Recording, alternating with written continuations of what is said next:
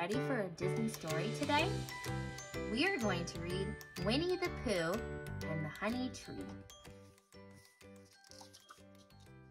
Winnie the Pooh was sitting by the stove in his best armchair when his poo-coo clock began to chime.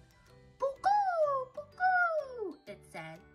As soon as he heard it, Pooh knew it was time for something. And when his tummy began to growl, the little bear knew exactly what it was. It's time for something sweet, said Pooh. So off he went to the cupboard, where he kept his honey jar. Oh, bother, said Pooh, as he lifted the jar from the shelf. Empty again, only the sticky parts left. Just then, a bee flew in through the window and landed on Pooh's ear. Pooh listened thoughtfully to the buzzing little bee. The only reason for making a buzzing noise that I know of is because you're a bee, said Pooh. And the only reason for being a bee is to make honey. And the only reason for making honey is so I can eat it, he concluded with a chuckle. Pooh followed the bee out the door of his home and through the 100-acre wood. And when he came to a honey tree, he began to climb it. As Pooh climbed the tree, he sang a little song to himself. It went something like this. When I'm rumbly in my tummy, it's time to get some honey, but I wouldn't climb a tree if I could fly just like a bee. Pooh climbed a little higher, and then higher still. He was just about to reach for the honey when the branch he was sitting on went crack! Oh, help, cried Pooh as he began to fall. If only I hadn't.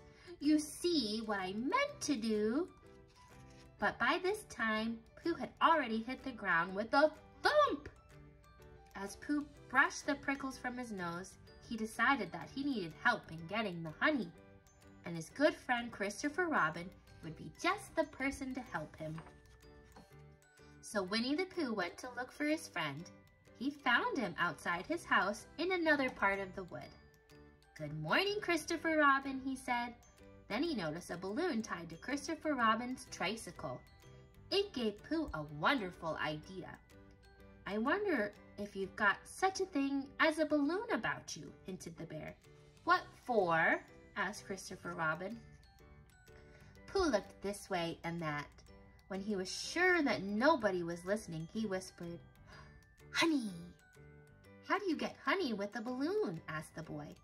I shall fly like a bee, replied Pooh, up to the honey tree. Christopher Robin handed the balloon to Pooh. Instantly, the little bear began to rise into the air. See, he said. Christopher Robin grabbed onto Pooh and pulled him back down. Thank you, said Pooh. Now would you be so kind as to take me to a muddy place? So Christopher Robin took Pooh to a very muddy place, and Pooh rolled and rolled until he was muddy all over. There now, said Pooh. Isn't this a clever disguise? What are you supposed to be? Asked Christopher Robin. A little black rain cloud, of course, replied Pooh. Now would you aim me at the bees, please? Christopher Robin let go of his friend, and up, up, up, Pooh floated to the treetop. Pay no attention to me, Pooh said, sticking his paw into a hole in the tree. He pulled it right out again when a bee flew out and landed on his nose. I think the bees suspect something, said Pooh. Perhaps they think you're after their honey, called Christopher Robin. Well, you never can tell with bees, replied Pooh. But I think it would help to fool the bees if you would open your umbrella and say, Tut tut, it looks like rain. So Christopher Robin opened his umbrella and pretended that a rainstorm was coming to the 100-acre wood.